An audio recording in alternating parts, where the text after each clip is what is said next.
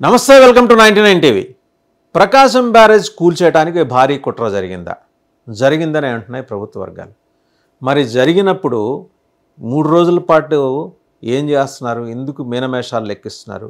శాస్త్రం ప్రకారం వెళ్దాం అనుకుంటుందా ప్రభుత్వం కానీ పోలీస్ యంత్రాంగం కానీ? అన్నీ తగిన ఆధారాలు దొరికిన తర్వాతనే దీంట్లో ప్రోబ్ ముందుకు తీసుకెళ్దామని ఆలోచన చేస్తున్నారు.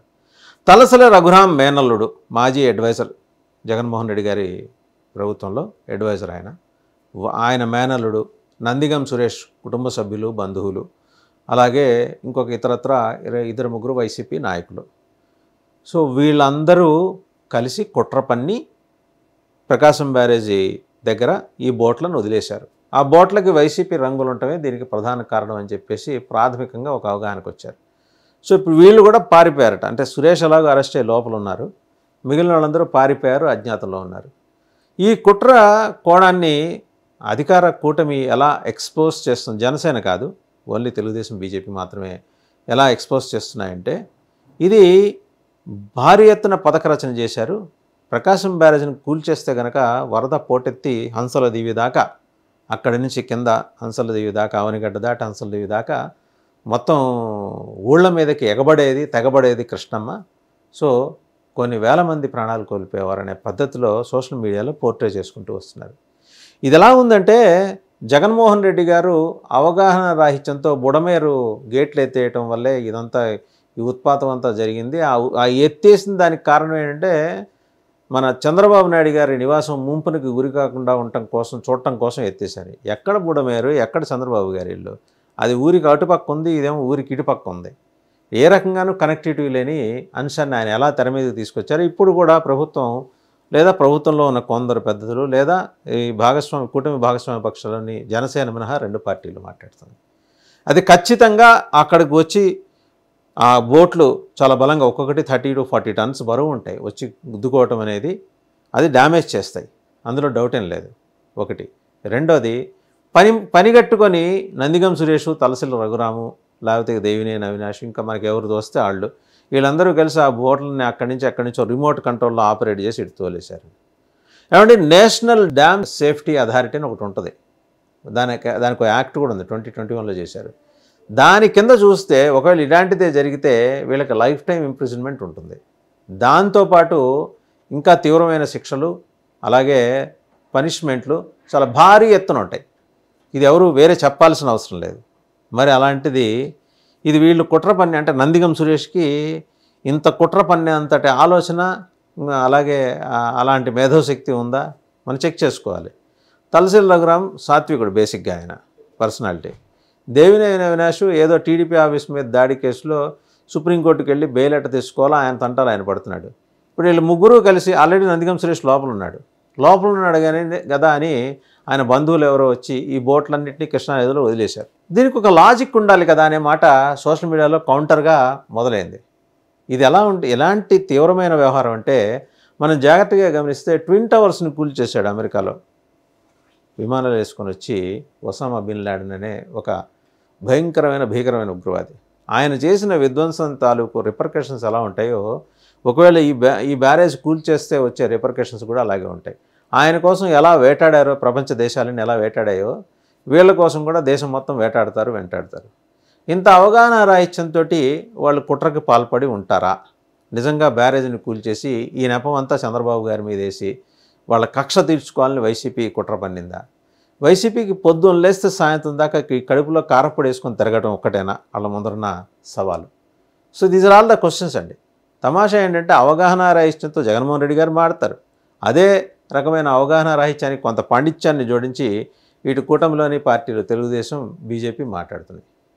జనసేన కొంత జుడిషియస్గా ఆలోచిస్తుంది. ఎందుకంటే విచారణ పూర్తి స్థాయిలో జరగకుండా, దర్యాప్తు అంశాలు వెల్లడి కాకుండా దాంట్లో ఒక కంక్లూషన్కి అరైవ్ కావటం, జంప్ కావటం అనేది కరెక్ట్ కాదనే భావనలో జనసేన ఉన్నట్టు కనిపిస్తుంది.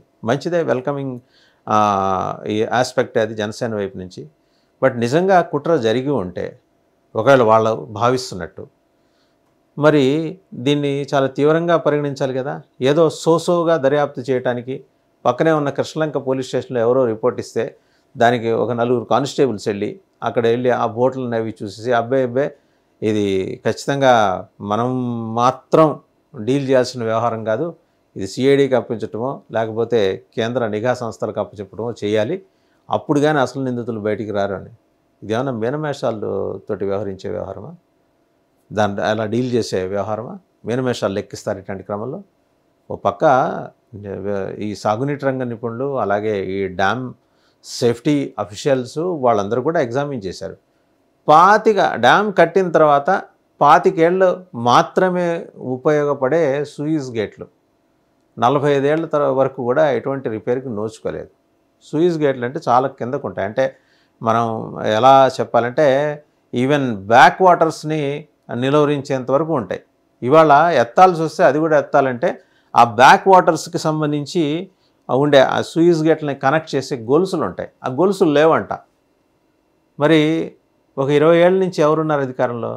కాంగ్రెస్ ప్రభుత్వం ఉంది, తెలుగుదేశం ఉంది, మళ్ళీ రాష్ట్ర విభజన తర్వాత మళ్ళీ తెలుగుదేశం వచ్చింది, మళ్ళీ వైసీపీ చూసింది, ఇప్పుడు మళ్ళీ తెలుగుదేశం ఉంది. ఎక్కడి నుంచి చూడాలి ఇది? ఒక 20 ఏళ్ల క్రితం వెనక్కి వెళ్ళి చూడాలి కదా. 20 ఏళ్ల క్రితం ఎవరున్నారు?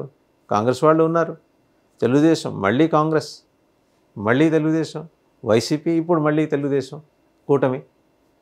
మరి ఆ కనీసం గొలుసులు పోయిన విషయాన్ని ఎవరో కన్నయ్య నాయుడు వచ్చి చెప్పేదాకా మనం తెలుసుకోలేనంత బలహీనమైన స్థితిలో మన ఇరిగేషన్ యంత్రాంగం ఉందా? ఎక్స్పర్ట్స్ ఏమయ్యారు? ఇవన్నీ ఆలోచించాలి కదా. లేకపోతే ఇవన్నీ నందిగం సురేష్కి ముందే తెలిసి టక్కన తలసరి రఘురామ్ గారికి ఫోన్ చేసి, అన్న రఘురామ్ అన్న, మన బోట్లు వదిలేద్దాం, వెళ్ళి గుద్దేస్తుంది, మొత్తం బ్యారేజ్ అంతా ధ్వంసం అయిపోతుంది, సో మనం చంద్రబాబు గారి మీద ఇలా కక్ష తీర్చుకోవచ్చు, వాళ్ళ ఫెయిల్యూర్స్ని మనం ప్రపంచానికి చాటి చెబుదామనే ఉన్నా మరి నందిగం సురేష్ ఆలోచన చేశారా? ఆయన ఆల్రెడీ మీ కస్టడీలోనే ఉన్నాడు కదా. ఆయన పిలిచి మీ పద్ధతిలో ప్రశ్నిస్తే మీకు కావాల్సిన నిజాలు, మీరు కోరుకుంటున్న నిజాలు ఆయన నోటి ద్వారా మీరు వినే అవకాశం ఉంది కదా, పోలీస్ యంత్రాంగంతో వినే అవకాశం ఉంది కదా. ఎందుకు చేయట్లేదు? తలసిల్ రఘురామ్ మీద నింద మోపారు, ఓకే, రాజకీయపరమైన కక్షలు కాదు అని మీరు అంటున్నారు, కానప్పుడు వీళ్ళ పేర్లు ఎక్కడి నుంచి వస్తున్నాయి? అండ్ ఒకటి, నిజంగా వాళ్ళ ఇన్వాల్వ్మెంట్ ఉందే అనుకోండి, పిలవండి, గవర్నమెంట్ ఆఫ్ ఇండియాని ఇన్వాల్వ్ చేస్తే మొత్తం డ్యామ్ సేఫ్టీకి సంబంధించిన నిపుణులందరూ వస్తారు, కుట్రకోణాన్ని పోసగుచ్చినట్టు వాళ్ళు బయటికి వెల్లడిస్తారు, పూర్తిగా అధ్యయనం చేసి. మీ అంత టైం కూడా తీసుకోరు వాళ్ళు, జస్ట్ కపుల్ ఆఫ్ డేస్లో మొత్తం దర్యాప్తును పూర్తి చేస్తారు. మరి ఇంత భారీ కుట్ర జరుగుతోంది, దీనికి ఒసామా బిన్ లాడెన్ వారసులైన జగన్మోహన్ రెడ్డి ఆయన పార్టీ సభ్యులు దీంట్లో ఇన్వాల్వ్ అయ్యారు అని ఆరోపణ చేసేప్పుడు దానికి సంబంధించి కొంత మీకు బ్యాకప్ మెకానిజం ఉండాలి. బేసిక్గా అది ప్రకాశం బ్యారేజీ దాని వయసు అయిపోతుంది, వయసు అయిపోయిన తర్వాత 25 ఏళ్లకో 30 ఏళ్లకో మార్చాల్సిన ఆ సూయిజ్ గేట్ల తాలూకు గొలుసులు ఇవాళ మాయమయ్యాని ఇవాళ మీరు గుర్తించారు. ఇంటి 20 ఏళ్ల పాటు ఏం చేస్తున్నారు, లేదా 25 ఏళ్ల పాటు ఏం చేస్తున్నారు? అంటే మీ ఇరిగేషన్ శాఖ నిద్రపోతుందా? మీ అధికారులు నిద్రపోతున్నారా? ఇరిగేషన్ శాఖ అధికారులు నిద్రపోతున్నారా? మీరు దానికోసం special chief secretary irrigation government of ఆంధ్రప్రదేశ్లో ఉంటారు, అది ఎవరు హోల్డ్ చేస్తే వాళ్ళు నిద్రపోయారా? ఇప్పుడున్న వాళ్ళు కూడా నిద్రపోతూ వస్తున్నారా? ఇవాళే హఠాత్తుగా ఎందుకు వెలుగు చూస్తుంది? మరి ఈ ప్రశ్నలన్నిటి కూడా ఒకసారి మిమ్మల్ని మీరు తరచి ప్రభుత్వం అంతర్గతంగా చెక్ చేసుకోవాలి. నో డౌట్ వైసీపీ వాళ్ళకున్న నేర చరిత్ర, వాళ్ళ నేర నేపథ్యం అందరికీ తెలిసిందే కాబట్టి వాళ్ళనేమి అనుమానించొద్దు అంటల్లా. బట్ అనుమానించేప్పుడు కొంత బేసిక్ నాలెడ్జి, బేసిక్ ఎవిడెన్స్ మనకు ఉండాలి. అది మన దగ్గర ఉందా లేదా, అసలు ఆ ప్రిపేర్డ్నెస్ ఉందా లేదా? ఇవాళ కదా మనకి ఇంత వరద వస్తే కదా తెలిసింది అక్కడ గొలుసులు దాన్ని తెగిపోయి కొట్టుకుపోయాయని. మరి ఆ గేట్లు ఎట్టేస్తారు, సూయిజ్ గేట్లు?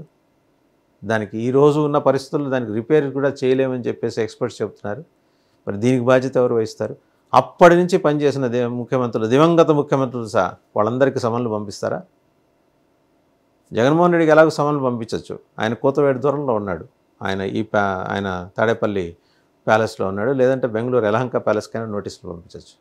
మరి అంతకుముందు మీరు కూడా ప్రభుత్వం చేశారు కదా, మీరు కూడా ఇరిగేషన్ మంత్రులుగా ఉన్నారు కదా, వాళ్ళందరికీ నోటీసులు పంపిస్తారా? పిలిపించి ఆ నేషనల్ డ్యామ్ సేఫ్టీకి సంబంధించిన అధికారులు వాళ్ళ ముందు సమన్ చేయిస్తారా?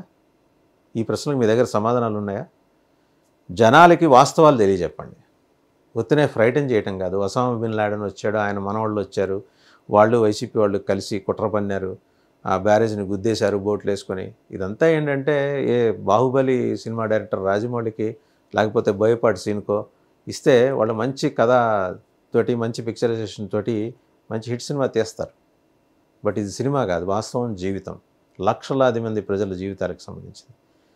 So think twice before you make a statement. ఎవరైనా కావచ్చు, అధికారులు కావచ్చు, అధికారంలో ఉన్న రాజకీయ పార్టీ కావచ్చు.